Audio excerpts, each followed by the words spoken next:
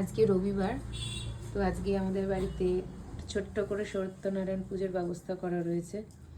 এদিকে সমস্ত মিষ্টি ফল সব রেডি, আর ওদিকে সিন্নি মাখা হচ্ছে। এক্ষুনি ঠাকুরমশাই এসে যাবে আর পুজোও শুরু হবে।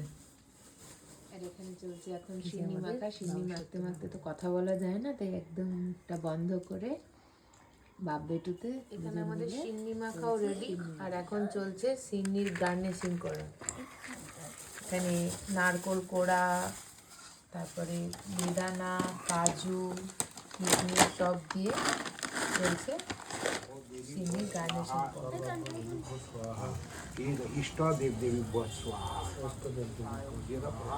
सर्वाभो देवी बहुत स्वाहम सर्वाभो देवी बहुत स्वाहा ओम इष्ट देव देवी भोम स्वाहा।